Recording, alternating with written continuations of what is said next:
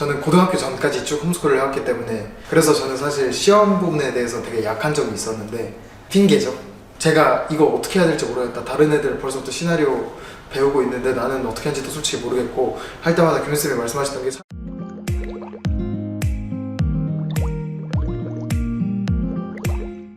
안녕하십니까. 저는 영화감독을 꿈꾸고 있고 현재 서울예대, 서경대, 성결대학교를 붙은 이온유라고 합니다.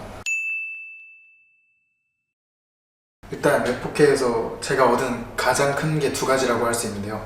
첫 번째는 이제 제가 인문학에 관심을 갖게 되었다는 것과 그리고 두 번째는 저 자신을 아는 데 도움이 되었다는 거 있어요. 저는 사실 한예종 반에 들어갔는데 사실 예종이 최종 목표가 아니었거든요, 분명히. 근데 1지망, 2지망, 3지망을 쓰래요. 그래가지고 쓰다가 아 그래도 예종이 최고인가 하고 썼어요. 일단 처음에는 일단 저는 그냥 영화를 배우고 싶어서 영화과에 가고 싶었던 건데 그래서 예종을 쓰니까 예종반에 제가 들어가게 된 거예요. 근데 그래서 처음엔 안 나가려고 그랬어요. 이거 반을 바꿔야겠다.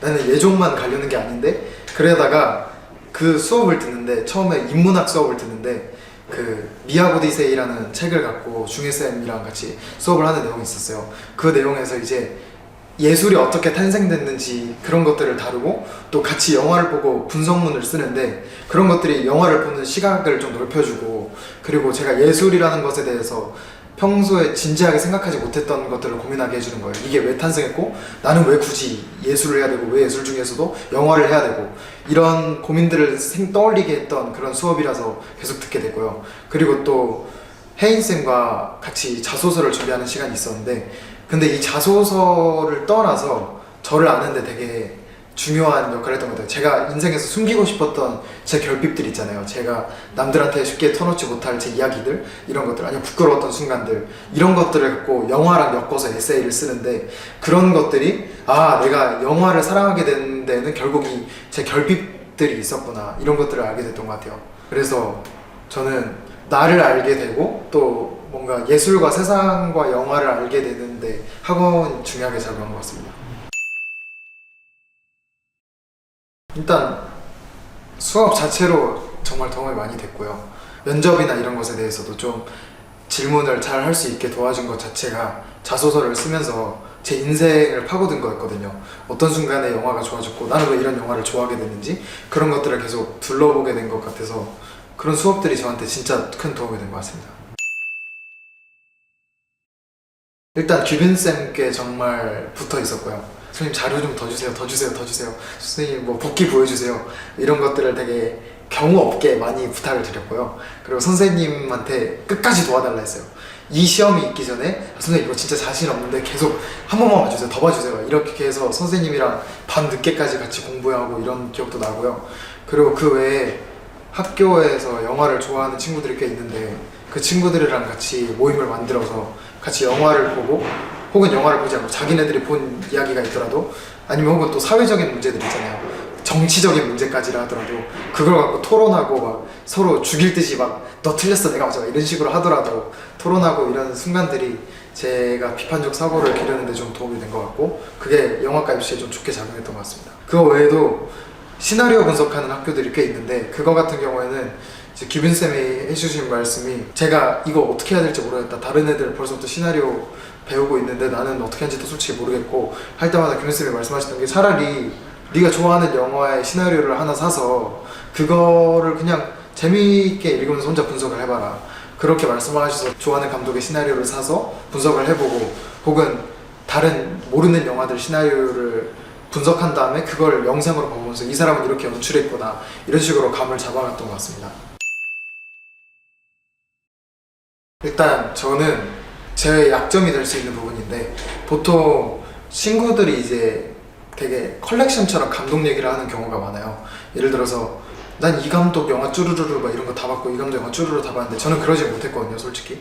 왜냐면 저는 이 감독 영화도 보고 저 감독 영화도 좀 다양한 종류의 영화들을 보려고 했던 것 같아서 그리고 제가 막 영화 감독이 돼야겠다고 마음먹은 게 사실 그렇게 오래되지 않아서 이렇게 노력할 시간이 그렇게 길진 않았는데 그래서 저는 최대한 다양한 종류의 영화를 맛보려고 노력했던 것 같아요. 그래서 언제나 그냥 일본 영화 보다가 갑자기 미국 영화 보고 학교에서는 또 고전 영화 보고 혹은 한국 영화를 별로 안 좋아했는데 오히려 입시 때문에 한국 영화를 보다가 좋은 감독들도 발견하고 이랬던 경험도 있었던 것 같습니다. 그래서 최대한 다양한 영화를 맛보는 게 제일 중요하고, 그것에서 혹시 취향이 맞거나 정말 재밌게 본 감독이 있다면 그런 감독의 작품들도 살펴보고 이런 방법이 좋은 것 같아요. 일단 왓챠피디아가 진짜 잘 돼 있거든요. 추천 같은 것도 진짜 잘 돼 있고 왓챠피디아를 활용해보는 것도 좋을 것 같고, 그리고 저는 솔직히 그게 이해가 안 돼요. 특히 약간 영화과 병에 걸린, 예술병에 걸린 이런, 물론 특정 학생을 지목하는 건 아니지만 그런 사람들이 종종 보는데, 나 노트북 좋아해 이러면 이러고, 신과 함께 좋아하면 그걸 좋아해 이런 애들 있잖아요. 그건 진짜 말이 안 된다고 생각하고, 취향이나 이런 거는 메이저하거나 마이너한 걸 떠나서 이런 영화도 좋을 수 있는 거고 이런 상업 영화도 좋을 수 있는 건데, 그래서 그런 것들 신경 안 쓰고 어려운 영화 이런 거보다는 재밌는 영화, 쉬운 영화가 제일 좋은 영화잖아요. 솔직히 제일 빠져들게 하고 많은 사람들을 영화관으로 끌어들이는 역할을 하기도 하고, 그래서 그런 영화들 보면서 재미를 느끼는 게 제일 중요하다고 생각하고요. 그래서 이 사람 영화를 봤는데 이 사람 영화가 너무 재밌었다? 그러면 비슷한 다른 영화를 찾아보거나, 아니면 그 감독의 다른 영화 혹은 그 감독의 영향받은 감독의 영화를 찾아보거나, 이런 식으로 점점 넓히면 되지 않나 라는 생각을 갖고 있습니다. 저는 일단 인문학이랑 소설을 가장 많이 읽으려고 노력했고요. 소설은 또 특히 단편 소설을 많이 읽었던 것 같아요. 왜냐하면 어쨌든 입시에서는 짧은 이야기로 승부를 봐야 되기 때문에 단편 소설들을 많이 읽으려고 노력을 했고, 그 외에도 인문학 책이 진짜 영화를 만드는데 제일 큰 도움이 된다고 생각을 해요. 왜냐면 결국엔 영화란 사람 얘기고, 사람에 대해서 잘 알아야지 결국 사람 얘기도 잘 하는 거기 때문에, 그래서 인문학을 많이 읽는 걸 추천드리고, 제가 인상 깊었던 책 2권을 추천해드리자면, 저는 그 김혜란 작가님의 바깥은 여름이라는 책을 진짜 좋아하고요. 그리고 종이동물원이라는 소설 2개가 제일 인상 깊었는데 둘 다 단편 소설이고요. 예를 들어서 김혜란 작가의 바깥은 여름이라는 소설은 불편한 감정을 너무 잘 묘사해요. 우리가 삶을 살면서 물론 좋은 순간들만 있으면 좋겠지만 행복하지 않고 좀 찝찝한 순간들도 많고 불행한 순간들도 많은데, 그런 순간들, 약간 그런 삶의 아이러니를 담아낸 것 같아요. 이렇게 의도했던 게 아닌데 이렇게 결국 결과가 나오고, 인간관계에서도 볼 수 있고, 그런 다양한 순간들을 잘 포착한 책인 것 같고, 그리고 종이동물원은 되게 SF인 것 같기도 하고 판타지인 것 같기도 하고, 되게 짧은 순간 안에 독창적이고 평범하지 않은 이야기들을 많이 하거든요. 그래서 제가 입시할 때 어떤 글을 써야 되는지 좀 감을 잡았던 것 같아요. 그 소설을 읽으면서.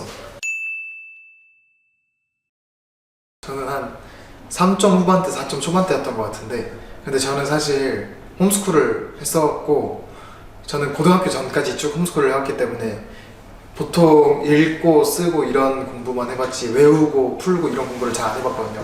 그래서 저는 사실 시험 부분에 대해서 되게 약한 점이 있었는데, 핑계죠. 일단 시간 관리를 어떻게 했는지에 대해서 제가 말할 자격이 없는 게, 제가 시간 관리를 진짜 못해요. 계획만 짜고 계획대로 되는 게 잘 없기 때문에.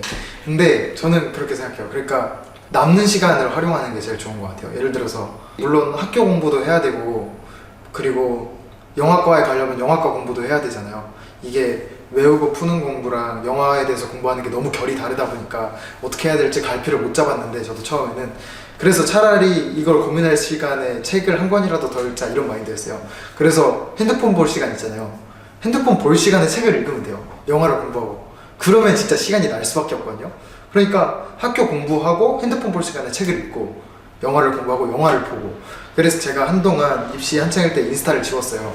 비화를 타고 인스타를 지우니까 학교를 가는 시간에 할 게 없어요. 그래서 책을 피게 돼요. 진짜 너무 심심해가지고라도 책을 피게 되거든요. 그래서 그런 자투리 시간을 활용하면 좋을 것 같습니다.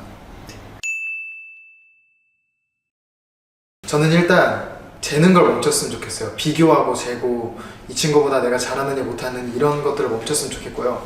그래서 이 친구의 속도가 있고 이 친구의 페이스가 있고 방식이 있는 거고, 또 저는 저만의 방식이 있는 거잖아요. 저는 솔직히 평범한 방식을 택했던 건 아니고 다소 위험한 방식으로 입시 준비를 했던 것 같은데, 그럼에도 불구하고 저 같은 사람도 좋은 결과를 얻을 수 있는 것처럼 자기 방식을 끝까지 믿는 게 중요한 것 같고요. 그리고 나를 아는 게 제일 중요한 것 같아요. 그래서 내가 정말 좋아하는 영화를 만드는 것보단 내가 왜 영화를 좋아하게 됐는지를 찾는 게 더 좋은 것 같고, 내가 이만큼 알아요 이렇게 자랑하는 것보다는 이걸 몰라도 전 이만큼은 자신 있습니다 얘기하는 게 더 좋은 것 같아요. 그리고 또 무엇보다 책을 가장 많이 읽는 게 중요한 것 같습니다. 생각을 기르는 게 면접에서 어떤 질문을 받아도 대답할 이야기거리들을 많이 늘려주고 나에 대해서도 더 잘 알 수 있는 방법이 되기 때문에 그런 것 같습니다. 그 책을 많이 읽는 것도 중요한 것 같고요. 결국에는 제 얘기를 하는 게 제일 중요하다고 생각해요. 왜냐하면 교수님들은 면접을 이미 수천, 수백 번, 수백, 수천 번 하시면서 진짜 엄청나게 많은 질문들을 들어보셨을 거고 웬만한 면접 대답들은 뻔할 거 아니에요. 근데 그럼에도 가장 특별한 대답은 내만의 이야기를 하는 거고, 왜냐면 내 삶은 나만 겪은 거니까.